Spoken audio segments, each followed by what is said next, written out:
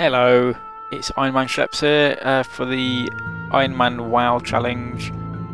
So I've recorded a couple of episodes here that I didn't record the sound on, and obviously I can't go back and do them, so that's a bit of a pain. So I'm just going to talk about what's been going on in these two episodes, just as kind of like a little bit interesting to watch. I'm going to put it in fast forward because there was a good that's about 40 minutes of content there, which I don't think you really want to watch without sound. That'd be too much to ask, I think.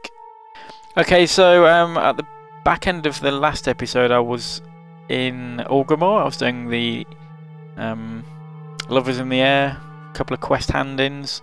I had a bracelet, Lucky Charm bracelet, to hand in at Undercity, and I really couldn't be bothered to fly over there for, I think it was worth 1000 XP, which is just not really worth the effort. So I sold that for 8 gold, which at level 15 was pretty good, and I put everything else on the auction house. I've now got about 51 gold, which is probably the most I've had at level 15. Normally I transfer money across from another character. Obviously I can't do that as part of this challenge, so that's done pretty good.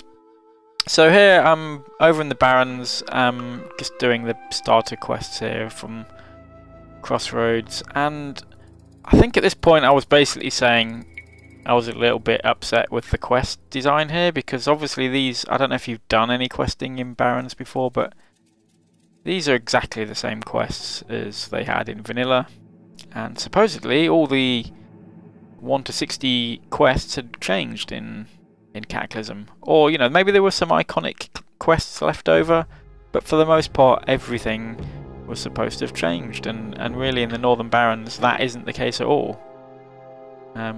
If you are familiar with these quests, you all know that these are exactly the same as they used to be, and that's pretty boring. But on the upshot of that, we're off to go over and get Achayaki. I might have got his name wrong here, but he's a unique cat at this level. He used to be completely unique in the game, I think. A white tiger that you can only get through basically somebody doing the quest, so you had to be on the, it's a mini little quest chain that you had to be on to summon the cat. Another one was added in Wrath of the Lich King, but it was a rare spawn, so whether you could actually find it or not is debatable.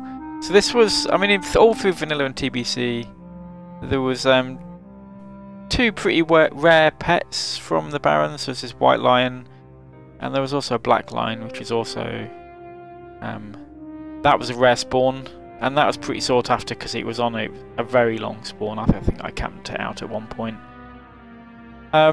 So yeah, I'm pretty happy to have that. I think this is actually the pet I've got on my main, the cat that I use anyway. I don't really use a cat at the minute for raiding. It's very infrequently where you have a raid set up where you don't have the buff that the cat gives, which is agility and strength. So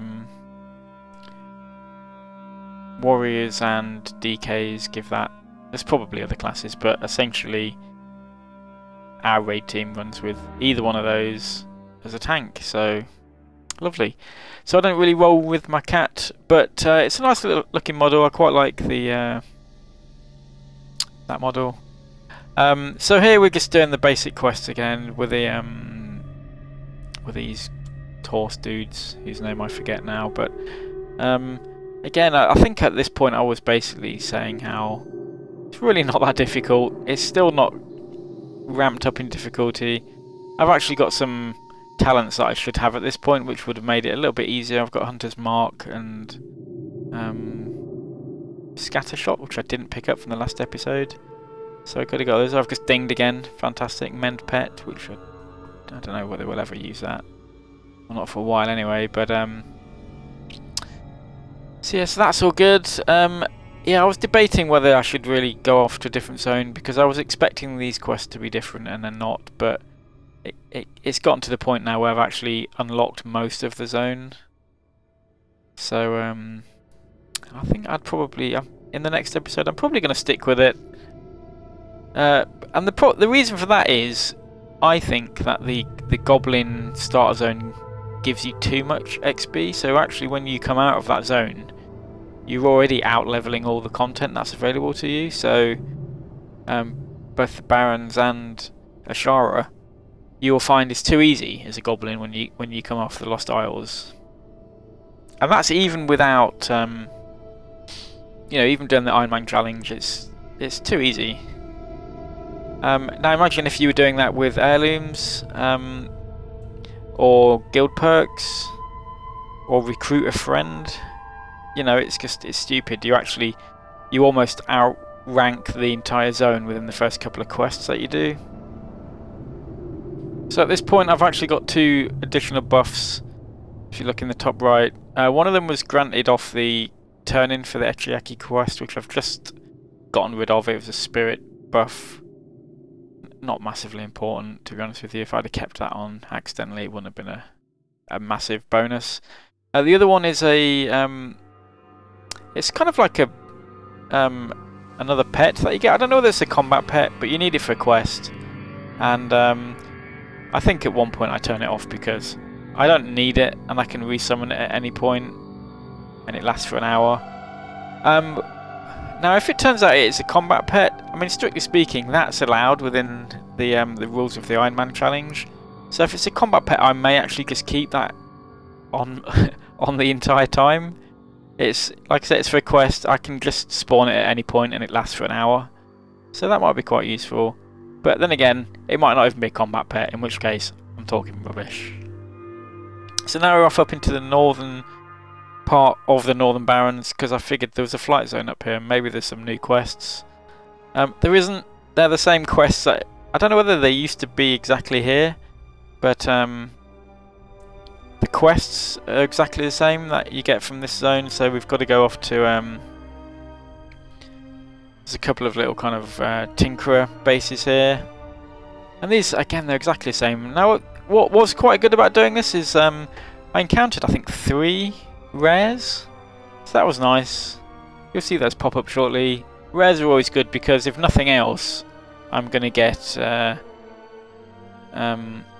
don't think you get any more XP. They're not like elites, but you do get some nice loot off them, so it's always good for putting on the auction house. I'll be able to sell those pretty easily. And they're also rares that I've never seen in the game before, so I don't know whether they're new to Cataclysm or not. But it's always good seeing new stuff. So all we're doing here is we're clearing out this this zone so we can do this pickup quest, which is an escort quest, and escort quests are always a bit of a pain in WoW. Some of them have been sped up. Some of the ones that they've kept in Cataclysm they've sped up, which is really good because they were so dull previously. This isn't one of those, so that's still pretty slow. But more importantly, we actually need to get a key so that we can actually power up that machine. But before we do that, we're doing another quest. This is, I think, a new quest. I don't remember this quest in here. Correct me if I'm wrong. But we did that. We picked up a rare, and there's loads of mobs around here as well. So actually, the XP is pretty good. I mean, the quests are dull, but you know, the actual amount of XP I'm getting from doing them, especially on this platform, on this ramp here, there seems to be quite a lot of mobs all packed in, which is good. There's another rare there. It's got a pretty awesome miner's helmet on, which I've not seen in the game before. I'm not sure that's a bit of loot you can get, but looks pretty cool. And like I say, at this minute, still not really much of a challenge. Even the rares, I think, were a higher level than us. Maybe even 2 levels, I think the slime in the water was. And it was not difficult, so bearing in mind we've dinged a few times now, and we've not really had any new item upgrades at all. We've had a couple of new abilities and spells and whatnot, but really it's so we've had Hunter's Mark, which I guess is a pretty big upgrade. I think it's about It's not quite a third of your attack power, but it's a sizable amount, so if you ever get into any difficulty or is anything too difficult to hit, normally you don't even get a chance to put Hunter's Mark on it, but if you're going slow and you're taking your time, you know, and you don't want to die, more importantly, then, you know, you put those buffs on. But like I say, no gun. I can't even remember the last time I had a gun, and that's the biggest thing for a hunter, really. Or ranged weapon anyway, not necessarily a gun, but and we're still doing pretty good damage, so that's nice. One of the other things I talked about rambling whilst recording these episodes was the kill command ability, which I mean, I haven't played Beastmaster, like properly played it since the start of Wrath, when it was ridiculously overpowered. It's kind of pulled it back a little bit now in Cataclysm towards in the most recent patch 4.3, and I don't know whether it received a bit of a buff in 4.3.2, but in 4.3 it certainly did, and it's actually almost a viable raiding spec now.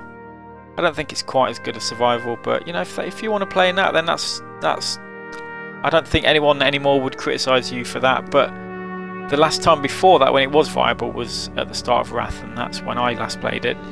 And kill command is ridiculously OP. I mean, it's essentially the signature shot that you use on Beastmaster all the time, as opposed to explosive shot for survival and chimera shot for marksman.